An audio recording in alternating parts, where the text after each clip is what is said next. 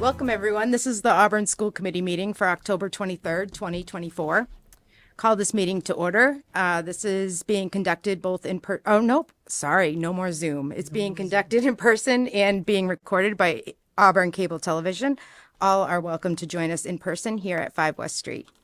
All supporting materials that have been provided to members of this body is available on the town's website, and the public is encouraged to follow along using the posted agenda. Thank you. If we could all stand for the Pledge of Allegiance. Pledge allegiance to the flag of the United States of America and to the republic for which it stands, one nation, under God, indivisible, with liberty and justice for all. The vision of the Auburn Public Schools is to educate and prepare students for the opportunities and challenges of a changing world. Our commitment: we will create, maintain, and support an environment that fosters a sense of belonging for all students in our schools, respecting race, color, sex, religion, national origin, sexual orientation, gender identity, homelessness, poverty, spoken language, and ability. All right, thank you, Dr. McCrillis. Anyone here for citizens' comments? Nope, seeing none, we'll move on to special recognitions. Thank you, Madam Chair. I have two special recognitions this evening, in addition to what's on the posted agenda. But we'd like to recognize two former staff members who have since passed away. The first is Albertine Adams, who passed away on October 19th of 2024. She was a secretary at Packagug for a long time and also the administrative assistant to the superintendent, who at that time was Pamela Martin. Additionally, we recently learned that Carol Hannon passed away on October 20th, 2024. Carol is the mom of one of our current teachers, Eileen Torini. She too also passed away unexpectedly. She was a longtime speech therapist here in the town of Auburn as well. If we could take a moment of silence for them.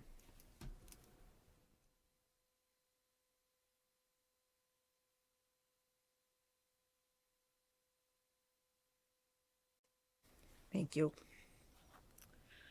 And so while we appreciate their service, we also have a special recognition for one of our current staff, Coach Cormier, on reaching an incredible milestone of 200 wins. His leadership and dedication have transformed the Auburn football program and have also profoundly impacted the lives of young men and women on and off the field.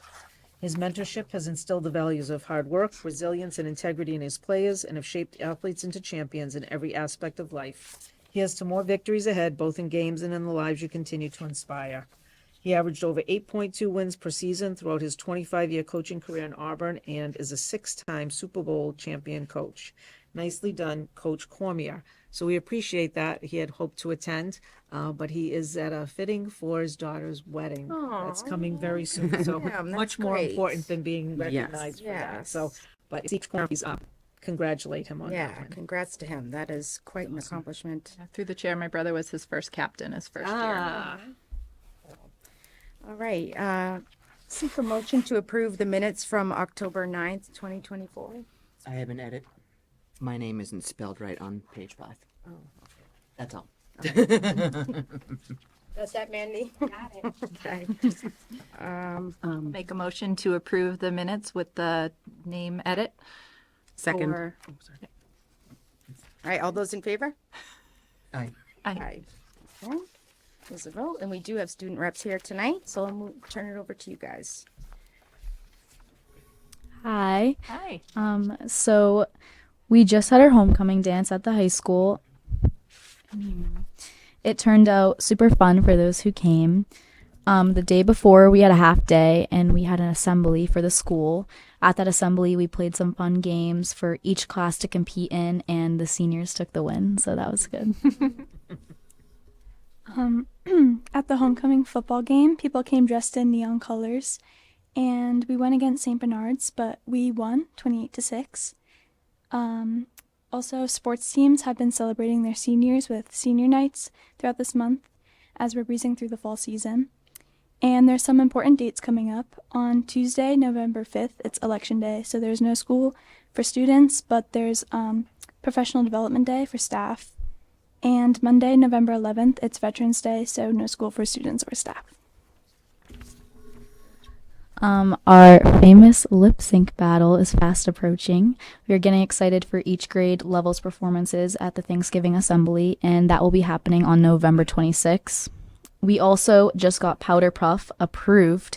That will be taking place sometime in November. We don't have a date yet. But the football team helps coach junior girls and senior girls to have like a fun game and compete in flag football, so that's always fun. And then lastly, the Unified Basketball Senior Night is tomorrow night at 3:30 at the high school, and all supporters are welcome and encouraged. Awesome. All right. Thank you for that report. Any questions or comments for our student reps? Seeing none. All right. Thank you very much, girls. Thank you. We'll move on to the superintendent's report. Excellent. So this evening, we have Mr. Kennard and some of his AP Gov students. If you want to come up and introduce themselves, they have a presentation for us about some of the work they're doing around Election Day.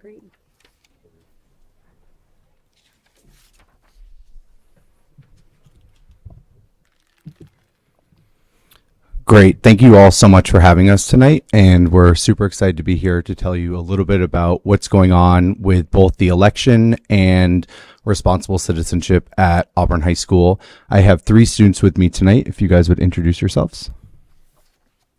Hi, my name is Annika Berg. Hello, my name is Carly Biemendorfer. Hi, my name is Hector Alonso. So we'll first start off with our training that we recently had as for town election officials. Our story starts all the way back in 2016, and Deb Gremo, who was the town clerk at the time, came to me with a really great idea, and she said, "Hey, would your government students like to participate in the election?" And I said, "Not so close." And I said, "That'd be great." And so that's when our partnership really started to develop, and 2016 was a really busy election, and after I saw the students firsthand start to participate, it was just, again, a great partnership that we've had with the town, and something that I'm really thankful that we've been able to continue. We even did it during March of 2020, right before everything shut down. It was like the last normal thing that we did as a class. So I'm thankful to have been able to do that for every single year. And this year will be no different. We're into another presidential election. So this will be our 3rd presidential election as a class. And the students are really excited to look forward to participate. And so we'll hear a little bit about their experience from being trained the other day.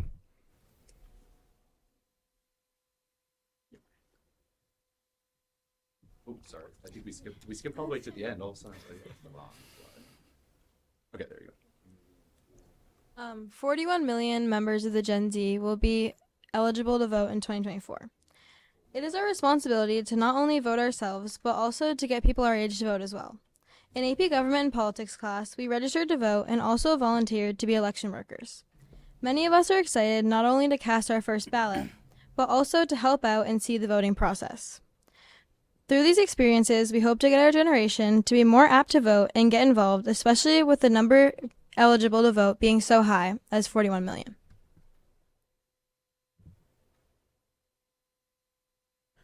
On October 5th, we had the town clerk and the assistant town clerk visit us at the high school, where we received our state-mandated voter training in our presentation room.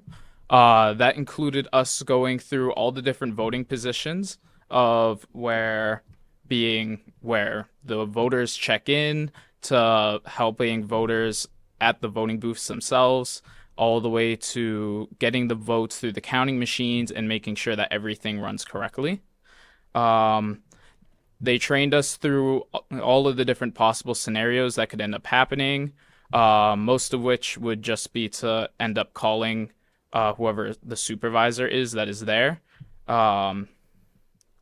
They also taught us how to utilize the poll pad system, which is used to check in voters at the first table when you walk into the building. An example of just one situation that they taught us how to go through and handle would be in the case that someone walked in wearing a piece of political clothing, where you just kindly ask them to either cover it or just exit the building for a moment and just go ahead and remove it or change it in some type of way, so that way it wasn't in any way showing specific support to any candidate or party whatsoever.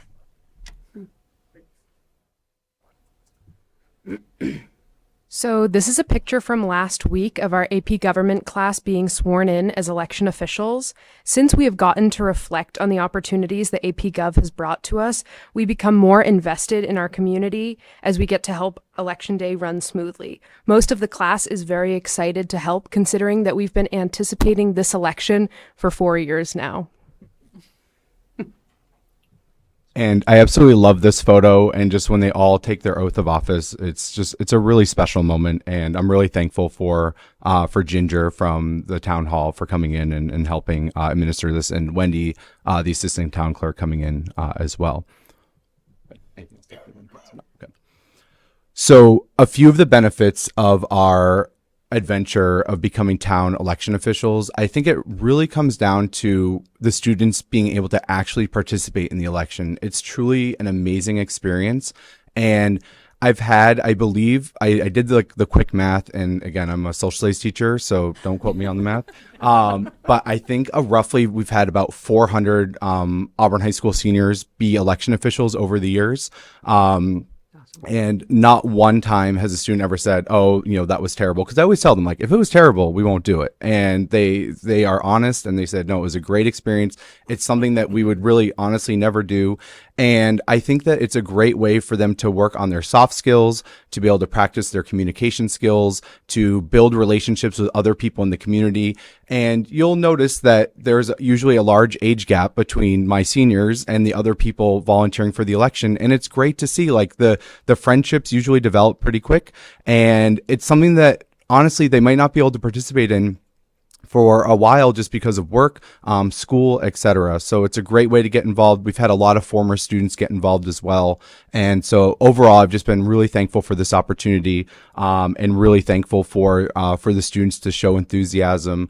And it's a great thing, for as many of them are working on their common applications the other day. Again, putting town election official, I don't know how many students actually are able to put that on their resume. So I think it's a really nice, to set our students apart from other students in the college application process. So really great. Any questions about town election official training before we switch to responsible citizenship? Through the chair. So you can't wear any political clothing when you go vote? I never knew that. I didn't either. No, that's really cool. I guess we've never done it. That's why we weren't asked to Right, we leave. were never asked to leave. Yeah, it is interesting, and you can wear it outside of the basically the Broder Memorial is where the marker is, and that's was 100 feet. I don't know. I think it's 100 feet. Yeah, don't quote me on that. So, but yeah, so that's the barrier. Good. Any other questions? I think it's great. Yeah. That's awesome. Nicely done. Nicely done. In that picture, all those kids committed to this. That's amazing. Yeah. So, It really is. I like Amelia. Like, that's one of my favorite moments. I really like it. Yeah. So, I know. Yeah. Yeah. Very excited. I hope you guys get a free meal out of this. Too. It's a long day. They do feed the students. do. Yes, they do feed You the guys, students. it's only AP Politics and Government that can do this, or Great question. So that's the primary audience. I've had a few students that aren't in AP government asked to do it in the past. So it's kind of like if someone else hears about it and wants to do it, of course, they're more than welcome to. I feel that that's my captive audience. So that's usually why I offer to them first. And it's a little bit more easier to organize them because they have to sign up for a schedule. And they have to, again, we do a permission slip for it as well. So that's the reason why. So, yep. Great. All right. So we'll move on to responsible citizenship. So these students, some of them have me back to back. And as I always say, the jokes don't get any better, between periods. And so, it's a long time, almost 2 hours of Mr. Kennard back to back. So, Hector gets a break in between. He has both classes, but at least he has a break in between. So, responsible citizenship. If you recall, last year we made a graduation requirement, and so I really appreciate the support from the school committee. It's been a really great year so far, and the students have, I think, really taken to the topics that we've been teaching. Of course, they have say in what we're doing. Some topics are of more interest than others, and we always try to adapt the curriculum to the ever-changing world that we're living in. So far we have covered, we started off looking at student loans and the college process. We have a great partnership with our guidance counselors who are able to come in and help the students navigate through the non-viance process, scholarships, college applications. So that's really enjoyable. We then went on to building personal budgets and using free apps like EveryDollar, and the students were able to make a budget that that really started to work for their everyday situation. I know some students in this group have stuck with it and have kept working on it. Carly's done a great job, and maybe Hector and Annika as well. But I know for a fact Carly's been using EveryDollar a lot, which is great. We then went into credit and debit cards and the differences, and again how to navigate the idea of using a credit card versus a debit card in 2024. Social media is what we're currently on, and so we'll do a little bit more of a highlight of our social media curriculum. That's what the students will tell you more about. We're then going into taxes, and as I tell the students, like, I apologize to the first time I ever taught taxes, and the lesson, like, again, I've been teaching for 17 years, probably one of my worst lessons ever the first time I taught taxes. So I've dialed it in, like, we can teach taxes now. And taxes are really hard if you don't have that background. So I'm thankful for the students sticking with it, and now again about 5 years of teaching this class, the tax lesson is way better. So if I could go back and apologize to every student individually from the first year, I'd do that.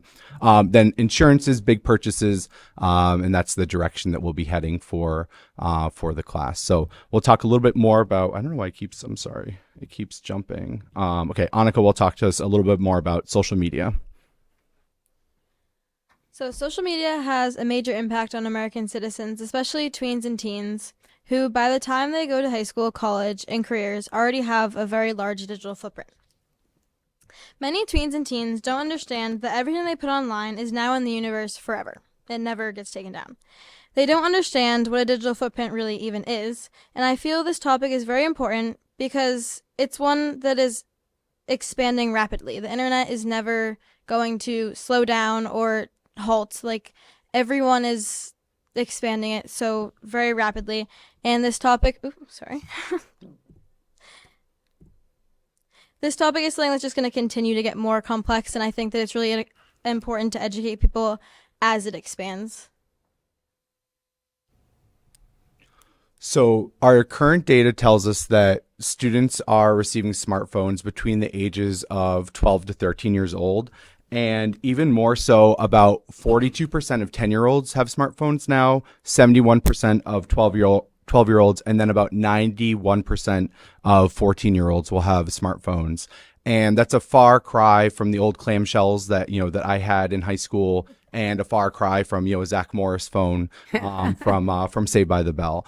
And I think that it's important that we understand that these students have almost an unlimited amount of searchability on the internet, and so trying to teach them some responsibility on what that looks like and what their digital footprint looks like, I think is really important. And the students have been really invested in learning more about this, and we'll talk more about the AI and the algorithm in just a moment. But it's been some really great conversations. I think that the youngest person to have a smartphone in our class this year was fourth grade, 9 years old. Yeah. So fourth grade. And again, that's that it varies, of course, year by year. But when I ask the students, that's usually it. Sometimes again, the days of having, again, it used to be, oh well, it was just a phone that could only call or something like that. But those days are pretty much long gone. But this is the data that we're sinking our teeth into right now, and the ages are getting younger and younger every single year. So, The Social Dilemma is a movie in which we watched in class for responsible citizenship. It covers a ton about social media usage, what the real issue is, where it all started, and the expected direction that it's going to take in the future. The movie talks a lot about how you're affected in ways that you wouldn't even think of or imagine at all, as well as it features several creators of different features that you wouldn't even think about someone had to make within the movie, and how about they regret making it, and how they wish that if they could, they'd go back and not create it. For example, like the like button on Facebook. The person who created it was featured in the film and expresses his regrets about making it just because of the rabbit hole that it started between engagement and just overall time looking at different things online for people, which all gets tracked by this whatever social media you're on. It also goes through how people have tried to start a change throughout the tech industry. For ways of making stuff seem less addicting, to not tracking everything that you're looking at or really just engaging with more than other things. So that way it becomes sort of like a less addictive thing. Because overall, just the amount of time spent on screens, on social media apps and everything, like the average number is just ridiculously high compared to where it should be, especially to prevent things such as damage to your retinas, especially at night and everything. Just overall, it causes a lot more harm than good. So going into this film, I'm not a tech person at all. I have a smartphone, but I don't understand how things work. And in this movie, we got to see a visual representation of how AI works. So they showed it using different people instead of AI. So I got to like gain this understanding of like, this is how AI works. This is how it's directly affecting me. Because truly, like, I don't know, I know the definition of AI, but I don't know how that works. I don't know where it comes from. So getting to see it on screen, like, really helped cement it in my brain. This is how it's working, and this is how we should be using it. We used it recently in AP Gov because we were doing a project on some of the founding fathers, and we used AI to make current images of them. So it would be like George Washington in 2024 drinking a Starbucks at a mall. And using it that way was like such an interesting new perspective, because we got to see it in a way that wasn't damaging, but just, you know, showing George Washington in a different way. In RC, we also talked about different ways that AI finds us. So most of the students in our RC class have the app Snapchat. And now Snapchat automatically comes with your own personal AI that you can ask questions, you can talk to, you can do whatever with this AI, and there's not a way to get this off your app. So already every kid in our class has their own personal AI, which was sort of alarming to think about, especially after watching The Social Dilemma and realizing how this works.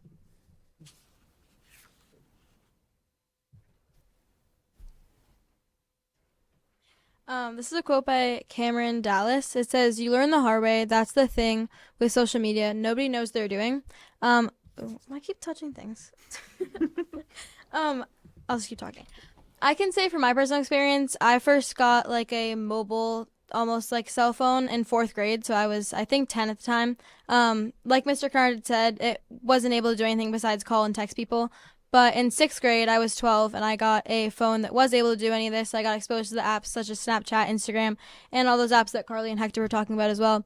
And I had no idea what I was doing. I had no idea what I was getting myself into with having this. I just knew that everybody in my grade had one, and it was like kind of like the cool thing to have. It was something that was useful and that I had always been told was a positive benefit. I was able to communicate with people. I was able to talk to my friends, my family.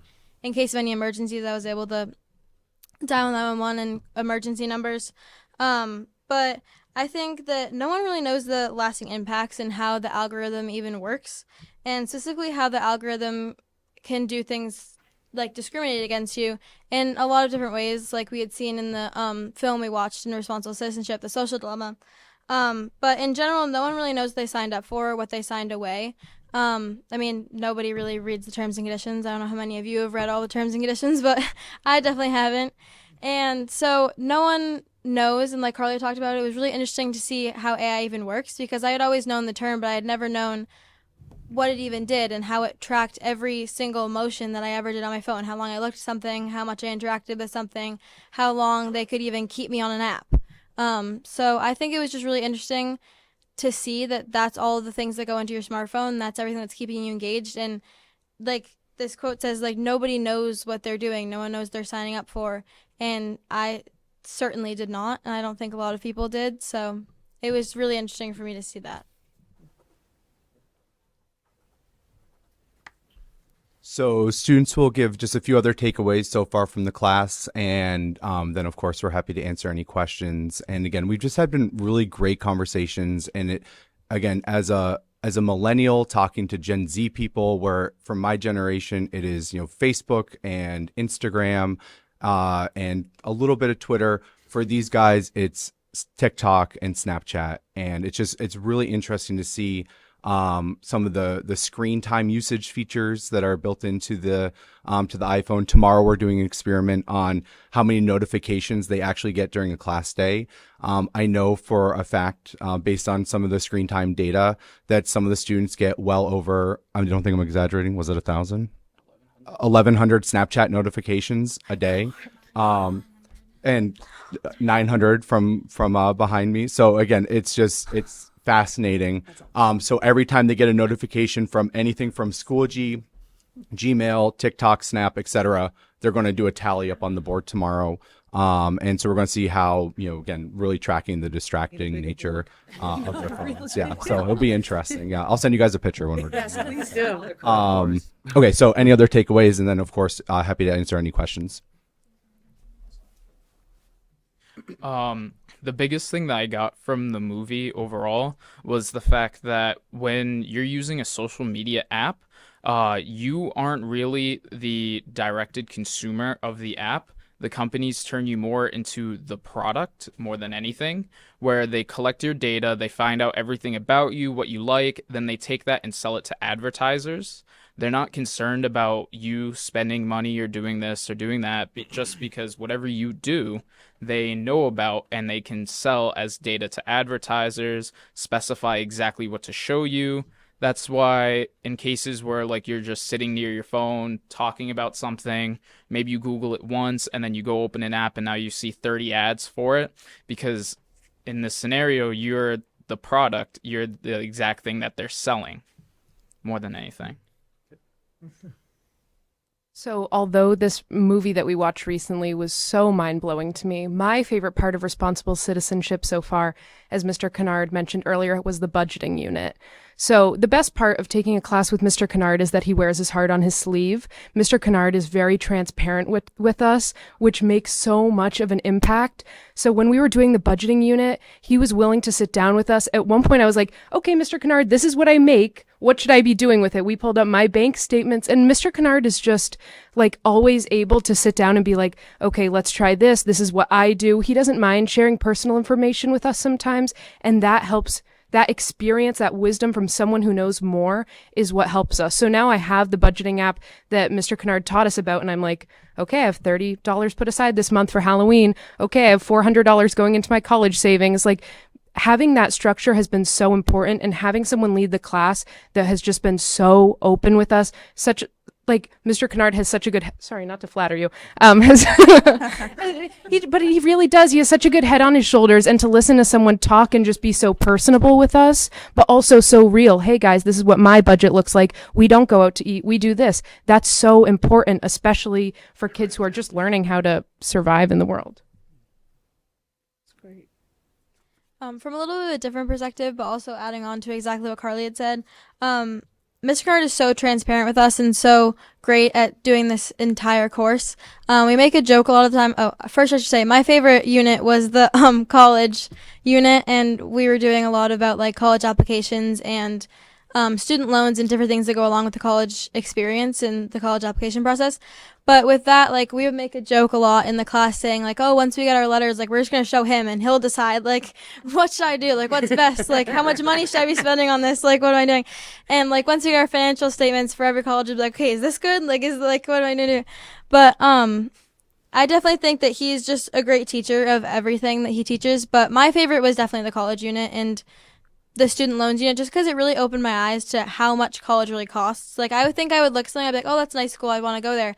But I didn't really think about how much it was going to cost me and how I might need to go into student loans and then be in debt, and how a lot of things we talked about, like interest, are going to then start building up, and it's going to affect the rest of my life almost, with how much money that's really going to cost, and how you can get a really good education for not as much money as these other places make you pay and these other colleges make you pay, and how it's really just based on you and how much you can pay, how much education, or where you really want to get the education, what do you want to do in that college. And I just think it was really mind-opening for me. It definitely changed a lot of my college choices and the places that I felt like I wanted to go to. And I really just think that was because of Mr. Kennard and how good he was at teaching the course and really making all those topics stick in our head and really resonate with us as we went through the unit. Thank you. How do you follow that, Mr. Kennard? I know. Well, I know. I'm a combination of overheating and so anyway, that was very kind. Thank you all. So we're happy to answer any questions, and the students will be happy to answer anything else. I just have a couple comments, actually. The three of you are amazing speakers. I'm very impressed. That was a great presentation. You sound like an amazing teacher. I believe everything they said about you. So, I'm going to purge social media when I get home and never go on it again. One question, though, about the Every Dollar, is that the budgeting, like a budgeting app that you use? I've never heard of it. Yeah, so Every Dollar is a budgeting app. I now have it on my phone, but we were able to install it on our iPads. And pretty much you can put in at the beginning of the month, like I had in college savings account, $400, Halloween, $300, going out to eat, however much for every account. And then as I spend money on my debit card, I take the receipt and I just plug it in. Mr. Kennard has the premium version, so it just goes right in. But I don't have the premium version yet. I'm working towards it. So if I spend $3.69 at Dunkin', I plug that into my app and it says, okay, Carly, this is how much you have for your sweet treat fund for the rest of the month, which is good because, you know, it keeps me centered. You have to budget the premium version into your. Yeah, it's a line item in my It's a line item, yeah. It's a really great app, and it's made by the same, so Ramsey Education, which is the same company that we pay for the vast majority of the curriculum that the district has been paying for, which I'm grateful for that as well. Great. Through the chair, have you guys ever thought of doing a presentation at the middle school, like for 6th, 7th, and 8th grade? Because I think that it's great for us to hear it and parents to hear it, but sometimes I think when it comes from parents, it's a different story. And I teach middle school, and I can't tell you how many times the students will tell me stuff, and I'm like, oh my God, no. You know, so like my daughter has a phone. It is a smartphone, but she's not allowed on social media, and she knows that. And it also does not live in her room. And that's a big thing for us. Like, it cannot sleep in your room with you because I just don't trust it. But I think that it would be really important for the kids to hear the negatives of social media and for them to hear it from other older kids who they're going to definitely look up to. So to speak on that a little bit, our unit that we're doing right now is the social media unit, and we're doing social media presentations. Me and Carly are working together to make a presentation. Basically what we're doing is, specifically me and Carly are making an iMovie. We're making a little like skit about it. But it's a presentation that was intended for middle schoolers. That was the kind of the rubric that we had and the audience that we wanted it to face. And Mr. Kennard had said at the beginning of the unit that we tried to get to the middle school, try to present it, but the cost of the busing and everything was too expensive and it took too much time out of our day. I think that's what you said. Yeah. And so, Elaborate on. Yeah. And so that was just something that we couldn't really achieve. But the project that we're doing right now is targeted towards middle schoolers with the intent or like objective to present it to middle schoolers to try to educate them on the dangers, but also the good of social media specifically. So when we first made the class, the intention was hopefully to present at the middle school. But at that time, so this was 4 years ago, it was too difficult for us to secure funds. And again, this is like COVID and peak COVID, and too difficult to secure funds for the bus and to work out a schedule. But we're hoping maybe in the future that this will be an opportunity. And one of my kind of in the back burner ideas is once we have some of these presentations made, I'll have a new crop of exemplars that we can show and hopefully say, I think that these are worth our while to be able to come down to the middle school. And I emphasize the fact that, I could tell them something all day, but I think hearing it from, absolutely. Seniors in high school, like that goes a long way from, because from me. Yeah. Your consumers, the students, Yes. want that product. Right. And I'm old. For the now. words that Yes. you guys put. Yeah, absolutely. Yep. Absolutely. Yeah. Great question. Through the chair, has anyone deleted Snapchat yet? I can talk quickly. So I haven't deleted Snapchat, and I'm sorry for that. But Annika and I's project, it's kind of like a silly skit because we have to have some fun. And in her project, I wish we had it today. Annika's character takes a Snapchat and it says, "I hate Mr. Kennard," and she posts it on her theoretical story. And then my character sees it and we go tell other people. And at the end, Annika's character does delete Snapchat. So I think it's a good video, and I hope that one day if a middle schooler sees a presentation like that and realizes, wow, once I put this out there, even if I delete it, I can't get it back. I hope one day they do. I hope they're stronger than I am and they do delete it. I also have not deleted Snapchat, which again I apologize for. But yeah, in the skit that we do, I am the bad guy in the skit that we do, and I do post a Snapchat that says that I hate Mr. Kennard, and at the end I end up going to the Supreme Court actually, and I get ruled like guilty for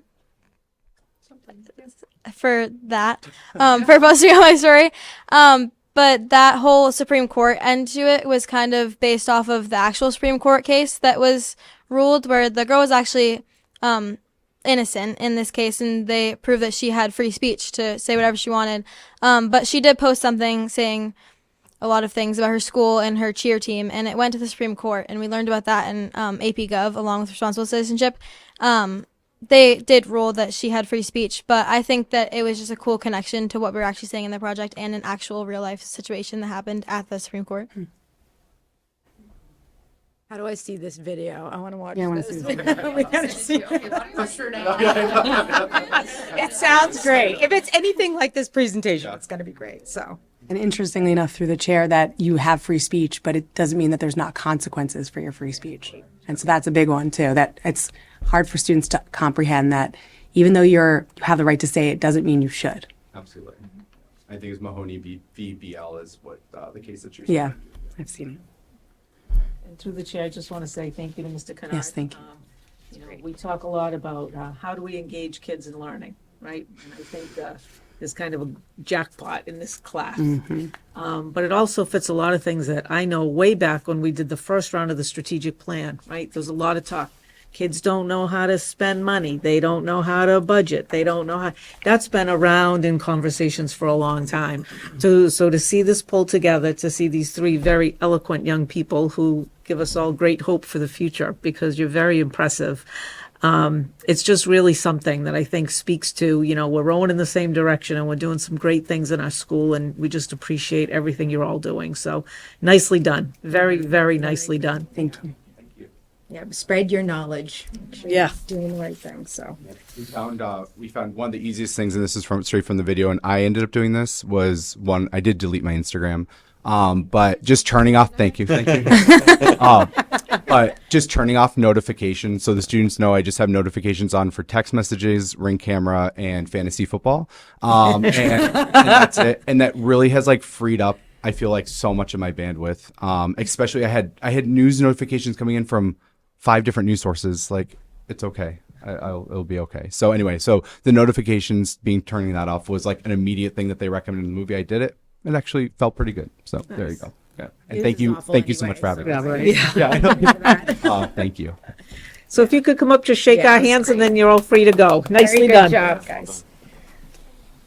Good luck. Thank you. Nice job, Hector. Thank you so much. Nice to see you, Hector. Nicely done. Great job. Great job. Nice job. Nicely done, Annika. Thank you so much. Awesome. That's wonderful. Thank you. Thanks, Carly. Nicely done. Thank you. Thank you, ladies. Thank you. I have the Zach Morris one if you want to show and tell.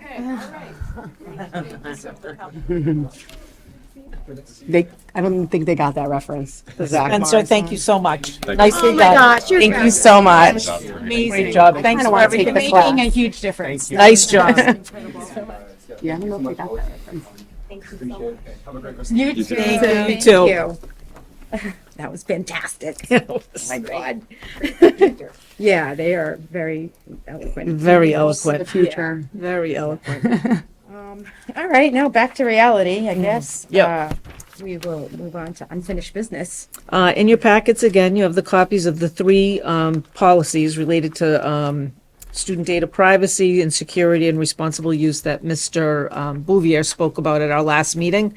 We're considering this the first read since last time was really a presentation, so I don't know if anyone had any questions or thoughts, but this will continue on until we go through the 3 reads of it to see if there's anything you'd like modified.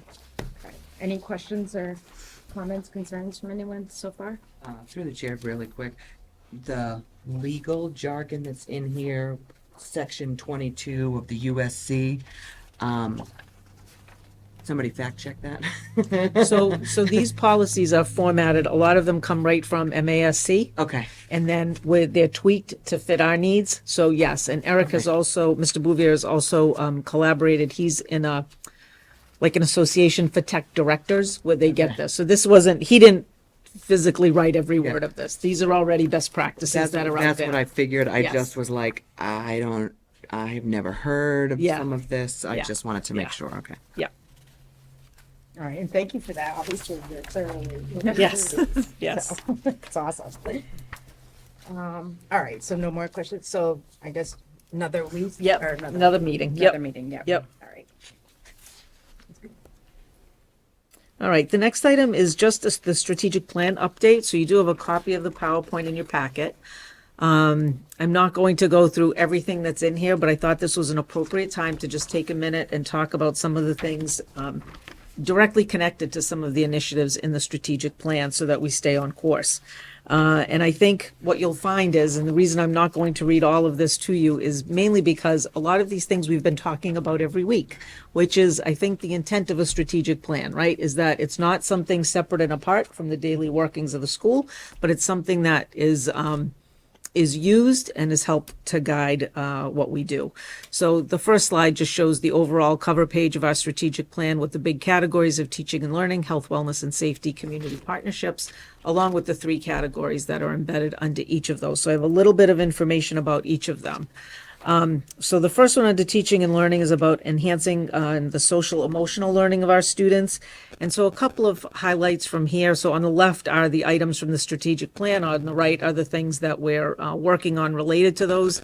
You've heard a lot in the last few meetings about Lenny Learning, right? That's a program that we're taking on that has a huge wealth of information to help kids with not only social and emotional learning, but mental health. And that's a resource that's available to everyone.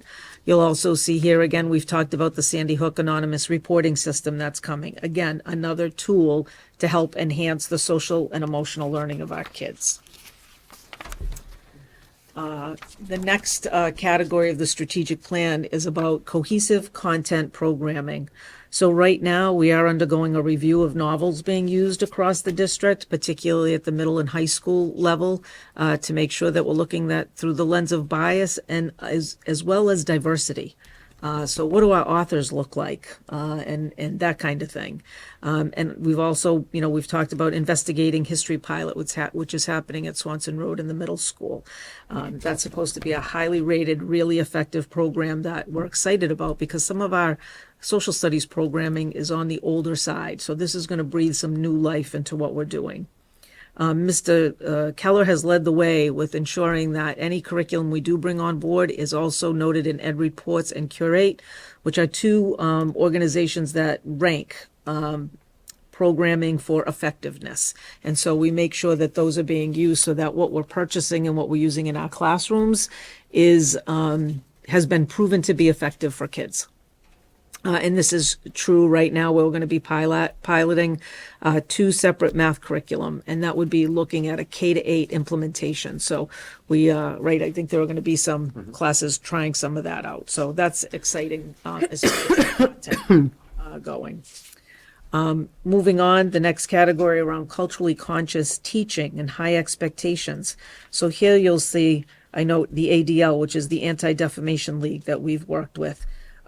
Safe Schools presentation through the Department of Ed, which is focused on LGBTQ plus issues. We've had training with them. Recently, Mrs. LeBaume, Dr. LeBaume did a presentation for the high school around some research she did for her dissertation related to the high school itself and how kids feel there. We have Colin Rose that we've talked about doing some work with the leadership team related to our cultural competence and how we can build that and make kids feel more accepted. And we have started, this is I think our second year, with a peer leadership team at Auburn High School that started out with the Anti-Defamation League, and that's now going to move on to the middle school. So some really exciting things are really starting to take hold, whether that's with our staff or with our students. And again, later on is universal design, which you've heard lots about. In the health, wellness, and safety category under district procedures, Mr. Bouvier and his team continue to keep us on our toes around phishing and in our email to make sure that we're not answering things we shouldn't be and opening things we shouldn't be, as well as how we respond to unsubstantiated threats that many schools across the state have been victim of. Mr. Fahey has implemented some additional monitoring for all exterior entrances to all of the school buildings with a monitoring system set up in offices. Those are coming soon. Against the Sandy Hook program, and the middle school and high school are preparing to do student drills for Alice in the coming weeks. And we're also talking about some lockdown drills at our elementary schools. So not an Alice such drill, but to maybe, get to the right place and to be quiet for a little bit of time if they need to. So that's always something that our district team is working on. And again, you'll see here that update of the student data privacy policy and all of that we just referenced a few moments ago, which again is an important part of our safety. Health, wellness, and safety also encompasses social emotional safety. So there's a little bit of overlap here with the teaching and learning category. But wanted to highlight that we do have a pretty good program of Big Brothers and Big Sisters in collaboration with Holy Cross at our middle school, which has been really well received and impactful for kids to be able to access kids of that age to kind of assist them. They come here and help with that. And then at the bottom, we talked about student leadership teams at the middle school and high school. The high school has already kind of assembled theirs, and the middle school is in the process of doing so. We want to look at this as creating another feedback loop from our kids about how we can get better from their perspective. So those are coming also. Nutrition and healthy lifestyles under this as well. We've talked about the district wellness policy that Ms. Pulver is working on. And some of the presentations we've had. So new this year was the anxiety presentation done by Chandler Creedon, our school psychologist at Swanson Road. He had that right before school began, and we hope to offer it again now in the fall for families to come.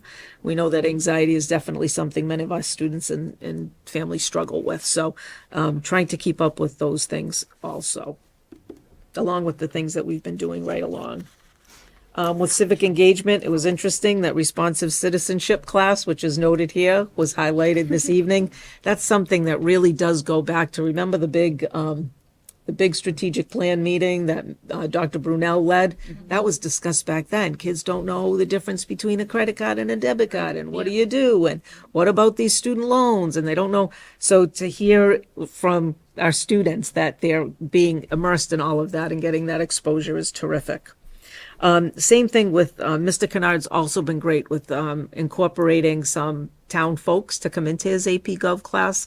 I know he's been working with Mr. Kazanovich to potentially have him come as a guest speaker to kind of give an insight to what he does to run a town, their participation in the local elections. And last year, again, Mr. Kennard, I had the leader of a local Vietnam veterans organization come to see me. They had for a long time collaborated with the Worcester Public Schools to put out the flags at Home Cemetery right before Memorial Day. And Worcester no longer wanted to participate. And he was very disappointed. And he said, is there any way your kids would be interested? So I reached out to Spencer. We found some money for a bus to get them there. The vets offered them hamburgers and stuff afterward, or Coney Island hot dogs, I guess, afterwards. And Spencer said it was one of the best experiences because there was some talk about what Vietnam was like and what it meant to them and what it means to them to honor the folks in the cemetery and all of that. So different perspective for our kids. So a lot of good things happening that way. But yeah, they hope to do it again this year. In our community partnership category, obviously effective communications is very important.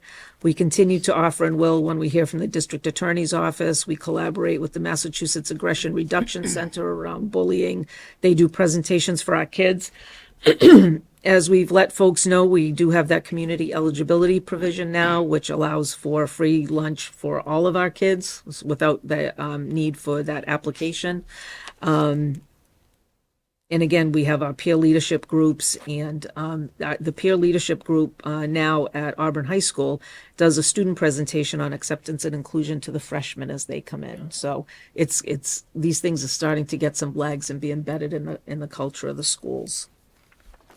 So one of the last slides here we're getting is about what we're trying to focus on now is really building a feedback loop. So whether that's using more frequent student surveys that are school-based around sports or clubs and activities, we've now built this into the new Appendix C process, where all kids who participate in a sport or club or activity will take a short survey at the end of it to say, how did it go? So we're looking forward to that information. I know principals have been talking about additional parent and staff surveys. Mr. Kell has been great about surveying staff after all of the professional development to regularly get their feedback. And some of the schools are looking to infuse students and community members into some of our school-based teams, school improvement teams, the health and wellness committee. I have school improvement teams up there twice. I must have thought that was extra important. But certainly the high school and middle school student advisory committees. That's definitely something that's been missing and something that's going to take hold. So that I think is going to bring a lot to us. And so what's ahead and what do we still have to do? So interesting when they talked about, we have intergenerational connections here, but I think again, this group that spoke this evening made that, right? Because we know that most poll workers are folks, older folks, and to have the high school students there with them is terrific. I need to move forward on a more robust welcome for our new families and to put something together for that. That's been in the strategic plan for a bit. One of the next steps too at the high school, mentoring, internship, and job opportunities for students in the community. We have such a great connection with the Auburn Chamber of Commerce that we're hoping we can try and build that in, right? It gets tricky around the school schedule and to not have kids miss things, but I think that's something that would be a great addition for our high school. The district and school safety teams, those are a priority, but we can't ever let them become commonplace. We have to make sure that they are really active. Ongoing work around cultural competency for staff related to microaggressions, related to acceptance, related to making kids feel welcome. And that is a definite goal with things that are upcoming this school year. And then to reinstitute content-focused teams K-12 for consistency of programming. Some time ago, we used to have teams that would meet once a year, like the math team. So there would be somebody that representing math K-12. The same thing for ELA, science and social studies. Those faded a bit when COVID came along, but we're going to put those back to make sure that we can really build a system of programming beyond the standards, which do that to some degree for us. But what does it mean for us here in Auburn? So this document does continue to guide our work and help us row in the same direction. And I think we've accomplished a lot, right? I don't want to go through every little thing, but there's a lot there. And this doesn't even outline every single detail.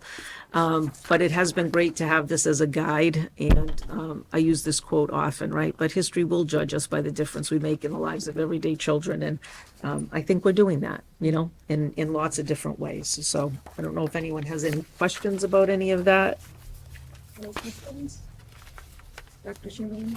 I have a question about the Big Sister, Big Brother program. Yes. Is that led kind of by guidance? Like, do they recommend kids? Okay, all right.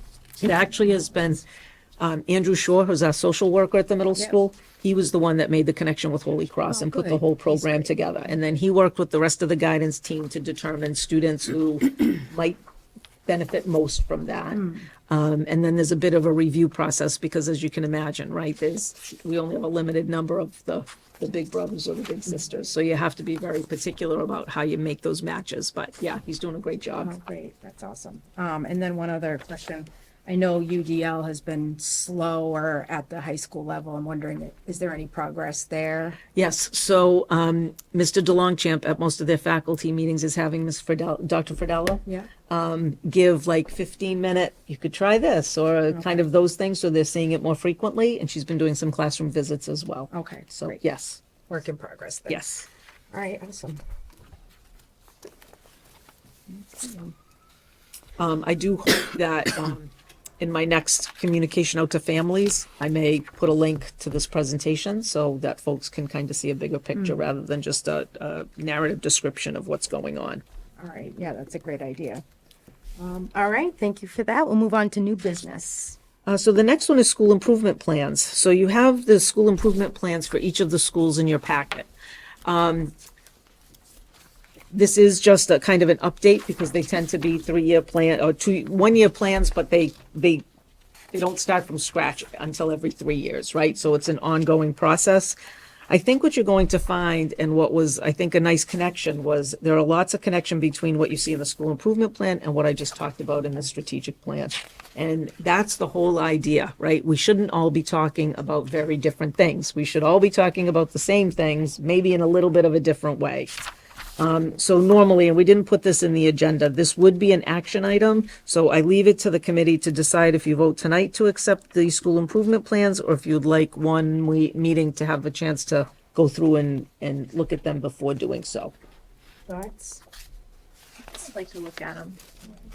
I did look through them briefly, but Yep, yeah, especially if there's questions or yep, anything. yep.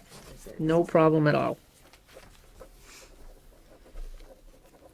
But it actually, as I read through them, and obviously every school have their separate things that are specific to them. But when you look at the big items, we're all headed in the same way. So that's a good thing. All right. Thank you, Dr. Chamberlain. You want to do teaching and learning report? All right, thank you.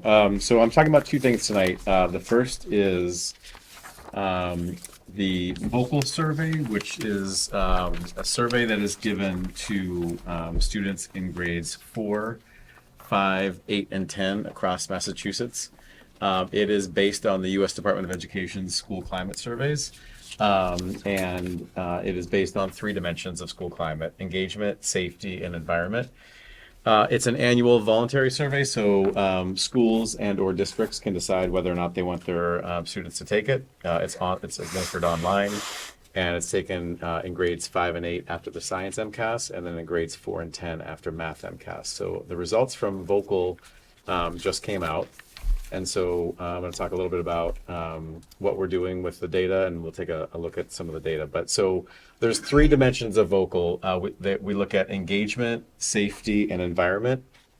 Engagement, you can see each of these has kind of 3 sub-bullets underneath it. Engagement, we talk about adults and students valuing diversity. How do the adults manage and the students manage dynamics of differences, avoiding stereotypes? Do students feel engaged intellectually, emotionally, and behaviorally? And that includes our families engaged in that process. And then we look at relationships and respect between staff and students and between students. With regards to safety, do students feel a bond to their school? Do they feel safe in their school environment? And then we also look at bullying and the extent of bullying that occurs, as well as how do we counteract bullying. And then lastly, environment. Is the classroom environment relevant, challenging, collaborative? Do students have access to support systems? And lastly, when issues of discipline come up, is discipline applied fair and consistently? So these are not exact questions because the questions aren't released, but these are because Vocal is based on the U.S. Department of Education school climate surveys. These are some of the questions that students are asked, or some of the prompts that students are asked, and they rate strongly, agree, or disagree. So, things like all students are treated the same, students respect one another, things like around the school grounds, are the school grounds kept clean? My teachers praise me when I work hard in school. My teachers connect what I'm learning to life outside the classroom, and you can clearly see an example of that in this presentation. Participation rate. So you heard Dr. Chamberlain a minute ago talk about the importance of surveys and making sure that we have that feedback loop. And you can see, maybe not necessarily on the screen, but hopefully on the packet that I have in front of you, that our participation rate is well above that of the state. So there's about 73% of students across the state are participating. We had a 94% participation rate. All grade levels participated in this, 4, 5, 8, and 10. And this just depends on the number of students who might have been absent that particular day or who didn't actually fill out anything on the survey. So we were pleased with our participation rate, and we think it gives us valuable information as we look to constantly improve. So when students are asked these questions and when we get our results back, there are 4 different climate categories. 30 or lower suggests or tells you that that school has a least favorable climate. 31 to 50, somewhat favorable. 51 to 70, favorable. And 71 or greater is most favorable. So I've told you there's 3 different categories. The one to the left here, school climate, takes all 3 of these: engagement, safety, and environment into consideration. So that's why you see 4 up here. But if you look across all of these, so Auburn is, I guess I'll maybe call that peach, but I invite somebody to correct me on that color. Salmon. Sam, okay, clearly. I should have workshopped that before. So you can see that in all of these categories, we are at least somewhat favorable. And then you can see Swanson Road across the board moved into that category of favorable in the 51 to 70 range. So pleased that all of our schools are in the somewhat favorable category. Obviously, there's always room to grow and to look at some of the things, and that's some of the work that we're doing right now at the school level and at grade levels, and having conversations about, what are some of the things that some of the data when we break it down into item analysis, and that's something we can do. And I didn't present that tonight because that would have been incredibly small for you to see, but some of those subcategories we can look at where students might be telling us that there are some areas that we need to address. So we're looking for patterns, we're looking for strengths, of course, and we're also looking for areas of growth in each of these parameters. Questions on vocal? Yeah, actually, are you surveying them? You said after MCAS. Is it like right after MCAS? It's Maybe right after the MCAS. timing is bad. Yeah, that's Because they're probably really agitated at that point. I can Yeah. imagine Same them day? giving It's glowing right after, results. right after the immediately fact. after. It's about a 20-minute survey, but it's from the state. It's on. They're taking it online right after, as soon as they close the science MCAS. comes right up. That's MCAS. That is such a bias. Okay. Through the chair, I think that probably we didn't have, some of the participation might have been kids that like lasted the whole day who like didn't get to the survey. That's also true. Yes, good point. So Yes. that's a big one. That's true.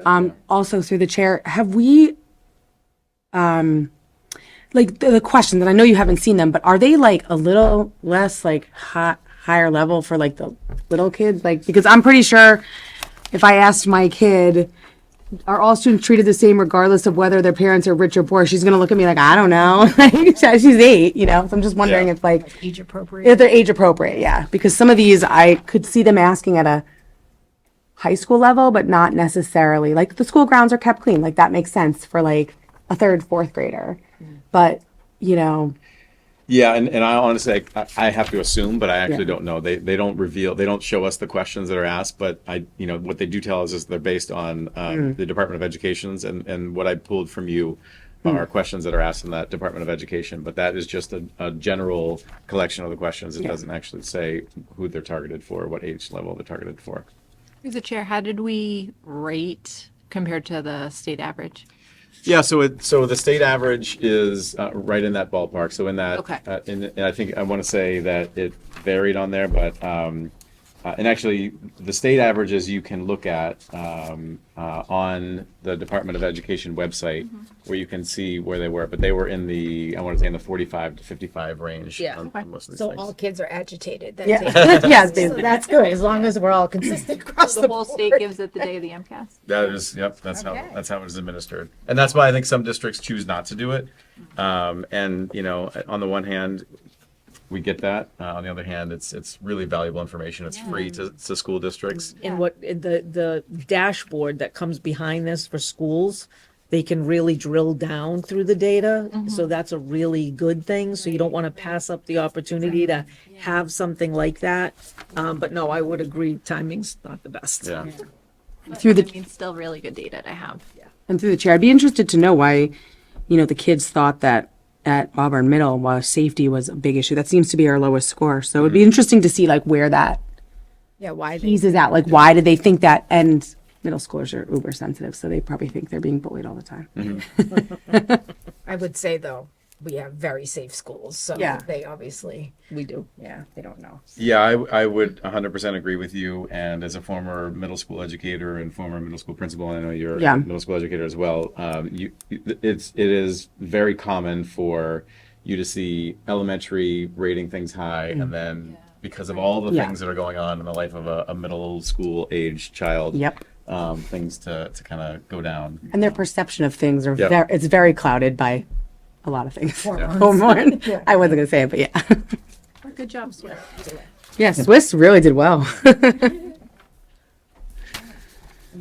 Yeah. So the next topic is professional development. So on October 11th, we had our first official district.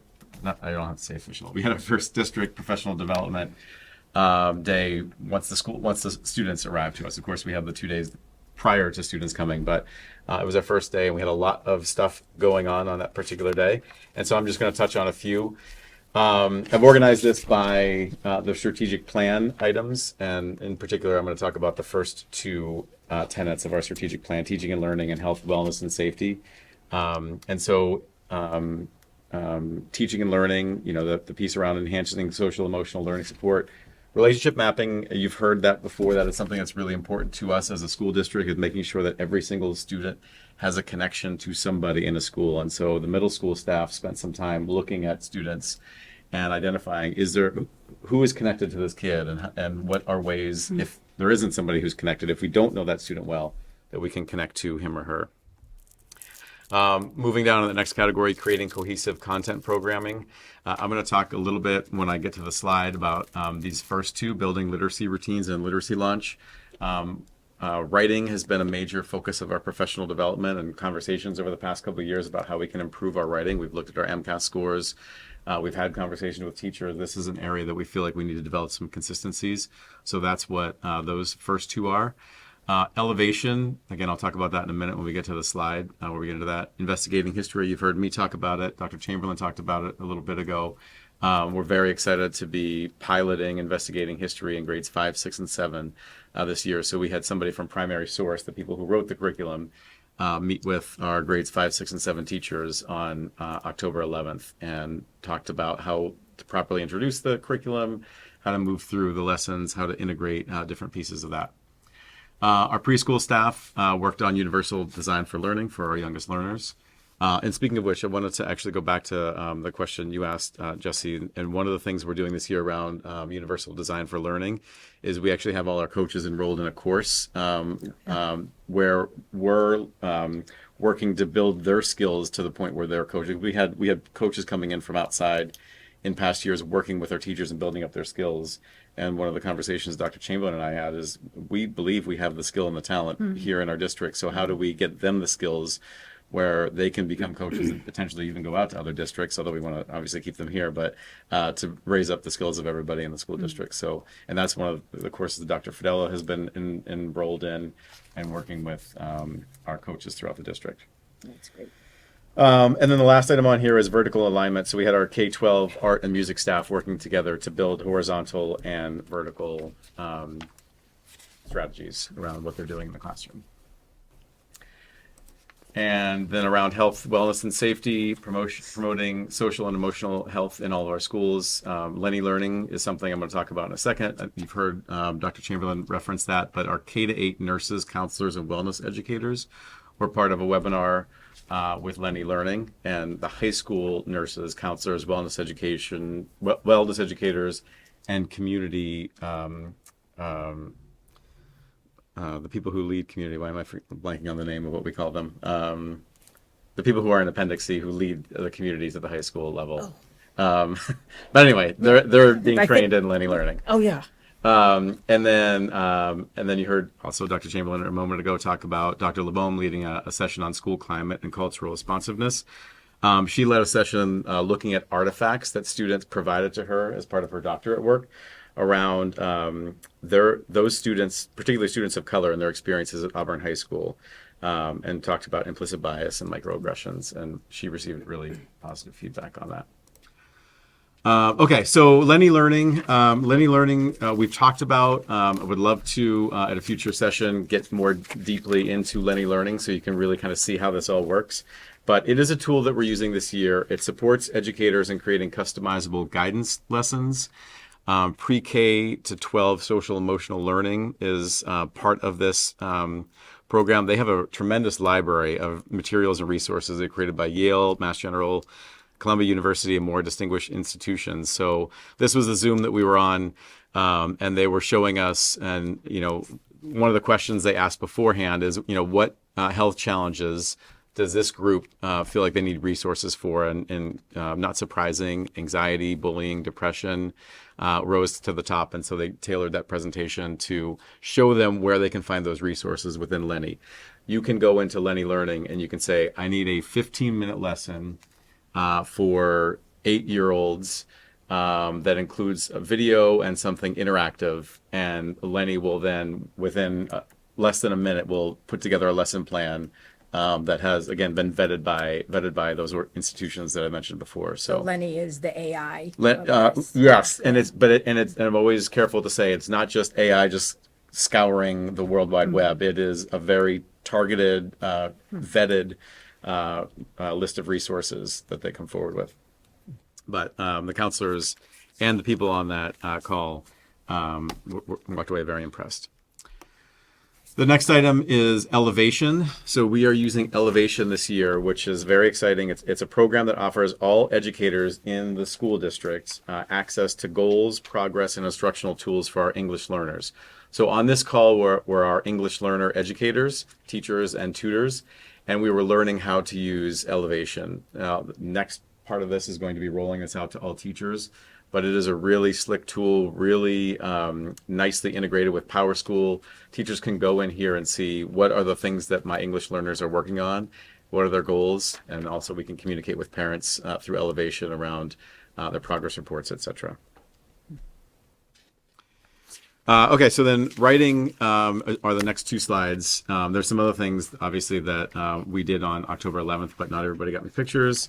So this is the K-1 group. So we had teachers at Bryn Mawr and Packagug both go to Packagug. It is our first of 3 sessions this year from Empowering Writers. We spent a lot of time last year identifying who we think could come in and work with our teachers, who has some of the best professional development, and Empowering Writers was well above anything else that we looked at. And it's not bringing in a curriculum. It is working with what we already have. As you know, we had Wonders. We brought in Wonders last year as our we brought in the newest version of Wonders, K-5, and so Empowering Writers works really well with our Wonders program at that level. And so this lesson was the first of 3. It was about modeling and guiding practice in the classroom. Having teachers make an explicit connection between reading and writing. One of the things that we talk about as educators, that we talk about with Empowering Writers, is a lot of people who teach at the elementary level, not all, but many of them are really excited about reading, and writing kind of gets a short shrift, or we don't have a lot of skills in how to teach writing or what we should be teaching. And so that's really what Empowering Writers is about, is giving that confidence to the teachers, having some consistent practices that they're using. Graphic organizers, we have consistent horizontal and vertical graphic organizers. A kid in kindergarten is going to be seeing, although a simplified version, but is going to be seeing the same graphic organizer that a kid in grade 5 is going to be seeing. And then introducing students to literary elements, so character, problem, solution. The same thing happened in grades 2 to 5. It was called Literacy Launch. And so all those things I just mentioned a moment ago that happened in K-1. And then, delving a little bit deeper into some of those topics in grades 2 to 5. And as a teacher, when we're doing a read aloud, when we're looking at the book, looking at the reading in the Wonders anthology, pointing out text features and saying, what do you think this author is trying to accomplish? And so getting the kids to think like an author was a big piece of session 1. Real quick, I'll go through the feedback. It's obviously very important. We always want to be getting better, and we also need to model that as administrators. So did the PD session meet your expectations? 127 people responded, and almost got to 90% of yes, it met our expectations. And then this question got into how useful was the professional development, and you can see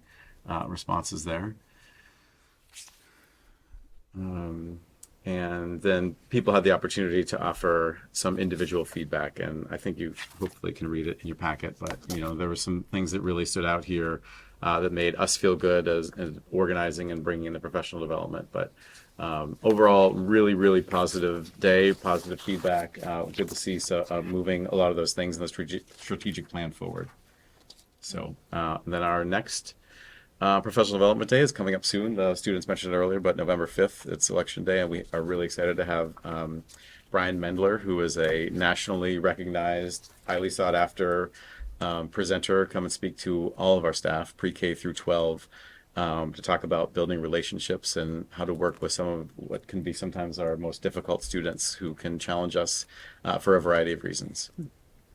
Great. All right. Wow, thank you for that. You're welcome. That's great. Can I have that? I didn't get one. These? Yeah. Oh, I'm sorry. No, that's all right. It's not your fault. It's mine because I had Mandy give me one early and it didn't make it to the table, so it's fine. Thank you. Oh, that was great though. Thank you very much for that. And we'll move on to business and financial report. All right, so I've provided you with a year-to-date budget report for the FY25 school year dated October 16th, 2024 for your review. To answer any questions. Any questions for Mrs. Kornick? Seeing none. Is that a motion? Nope. Okay. That's just All right. information. Yep. Sorry. And then I've also provided a list of budget transfers dated October 16th, 2024 between the same series and between different series for which I am seeking your approval. All right. Any questions about the? Just one question, through I have October 23rd. Is that correct? At the top. Yes, it's the same one. Sorry, Okay. I apologize. No, just making sure. 23rd? It's October 23rd dated for the budget transfers. Oh, so the motion should say 23rd. Oh, instead of 16. Yeah, it should Okay. say 20. Just wanted to make sure. I was like, Apologies. Yeah. I'll make a motion to approve the list of transfers dated October 23rd as presented by the business manager. I'll second. Yeah. All those in favor? Aye. Aye. All right. Good catch, Sam. We do not need executive sessions. We do not. All right. Great. Seek a motion to adjourn. I'll make a motion to adjourn. Second. All those in favor? Aye. Aye. All right, good night, everyone. Thank you. Good night.